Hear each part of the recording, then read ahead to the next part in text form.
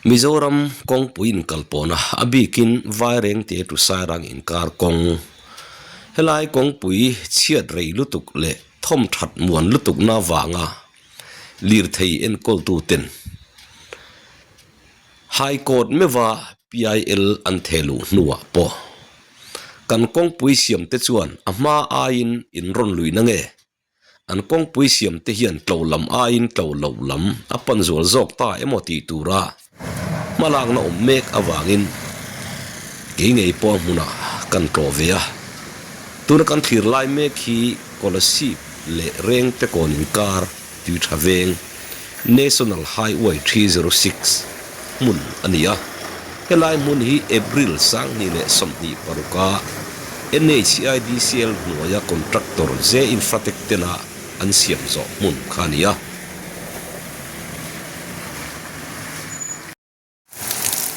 when hi me ni thum sang ni le somni paruk lai dar thum le medit som thum le pasari ani a tuna hian kolosip tu thavenga kanom meka ti chuan helai kan thilai mek hi mar sang ni somni paruk a NHIDCL nuaya contractor Z Infratech tena kha ani a hei thani a dei lo ni chu ti chuan kan thir phei zelanga helai tlo lo dan em hi chu lung sia thak tak zet ani hei kan huang son hei ti hian khwar ke kuk maya vak bol ni om tak tak hi om phei ta khup mai ni ma khop maya helai phei hi tlo thei lo riau maya hei kan muang hian ti hian en tling phei put mai ni so ta theng son so kan pia so KDTOA te site office kha ani ya building omna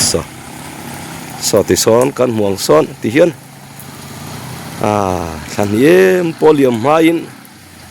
ti hian om phei le zui to mai ani boi thla khop mai ka khiat sual lo chuan high court a Mizoram lir thei en kol tu MTOA te khan khinga NHIDCL nuaya contractor te hi ti chuan April sang ni le som ni paruk ma in abikin kan chak lak na National Highway ti hi zo tu ra kharan in tiama chu port point en thamek ni in kan ria ma sei vo in ni hi me ni thumani to ni so kan muang son pong chia wangin laya po son an in kian ram ani lir thei an kol tu driver ho te hi an polite via vania then khatin kan hal sel thina an na hian chen ve Thailand ni ai kan thin chejong ma om sin ma le ti tur te hi kan om nual o me wa kha khop mai poni se an na tho zo hun tur hi zun sang ni som ni paruk nin ka khiama ro chu high court lama khan April sang ni le som ni paruk a chuan zo fel tur khan nin tiam nin ka rezen fatek hian ti hi din mun ni an zo lo zia chu helai mai po hi soilo kolasip kho chung po hian la zo lova ti chuan kolasip tru bil kho thirin kar po hi mabak eng mazati ano mani wa tha khop mai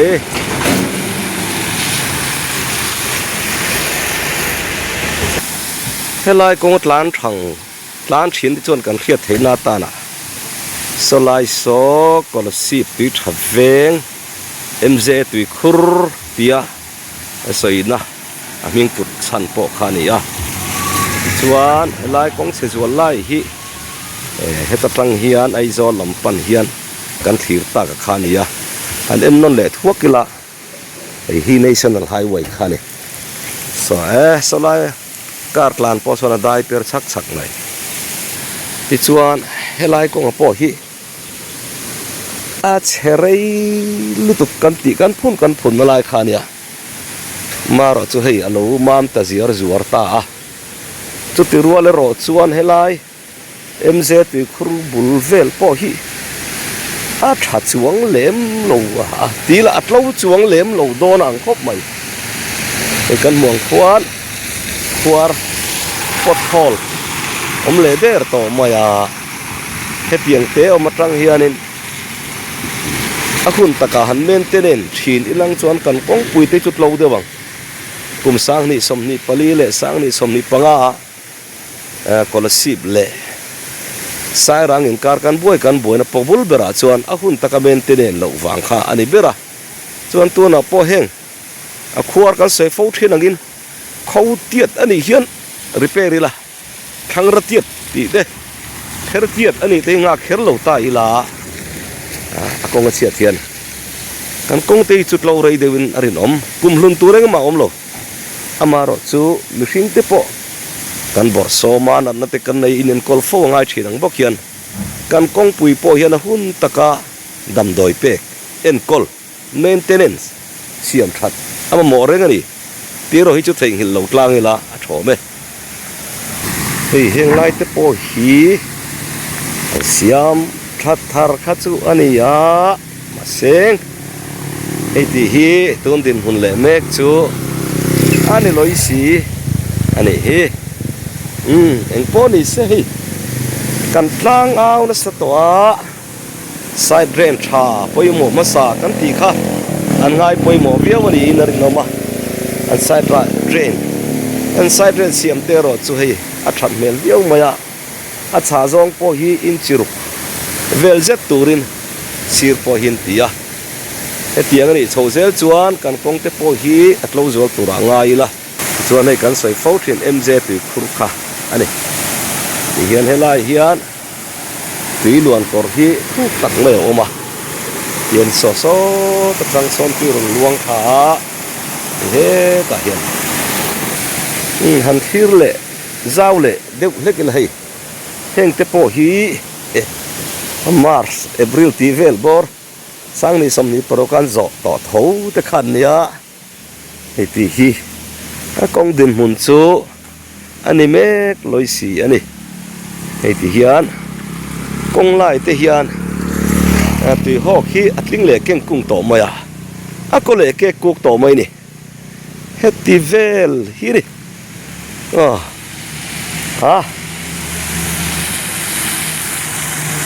Korea four lane te han zong sila four lane te tlang pur huna chuan lir thei tlan po tlem de wanga kan kong pui te po a tha deuh tura le tlo deuh tura in ngai in base le phot mai voin hi me ni thum sang ni le som ni paru khania he kolasip ti thavenga ruwa lo ta siapa hi kan mulai me khi mar thatob le April thatir chovela NHIDCL nuaya contractor zein fatek te na khari motor te tan phei chuan azo tur big zon thiam ngai don khop mai hei bon tak ani bon tak khat po dai mang lo tina ni chuan kong siam hian mo hei tien ni phei put mai ni helai po hi avan cherei to em kan tia kan au kan chiau to na tho kha ania anan siam ta chenga be se na san te reng nen ti vel hi tun din muna chuan ani boi thak thei khop mai helai hi Tata Motors te omna khania chuan hei helai po hi alo sauluk ma ya boi thak thei le mai hei te po hi he Mars thatob le April thatir vela an siam zo tho khania ti vel hi ni khung te po kong lai takania a khor le tran to ni hi chuan so kan muang son helai side drain vel po hi an uluk mel via ve tùy hô cả tầm bốc xìa hey tùy kinh cung mà JCB an clear le mek ani em nay te poi hey side drain chu an siam thaviau mai mar chu khoya nge tui hian luan chho don ti hena boi ni verin la nge nei ni thum sang ni le sam ni paruk lai dar le mani som ani tu na hian helai dia koi em hi le April khatir vel bora black top to na kong an black top zo to na khania hey mei ni thuma chuan anui zat thak to pani kong siam tu ten thiam reng kan ti don nge ni thakhat pho dai lo ten an black top thiama an thiam na hi asang viau ani mele hetiang kong chia han tian then khat thian an lo politicize zunga kong thra kha kan du ni mai mo lo politicize vak po nga lo hei tiang te ni hei tu tha veng community hall khania ti khani kan kong pui siam tu te kong siam tlo lo zol talu tukhi eng tia ti tur nge niang ti ro chu ngai tu tham ani ta e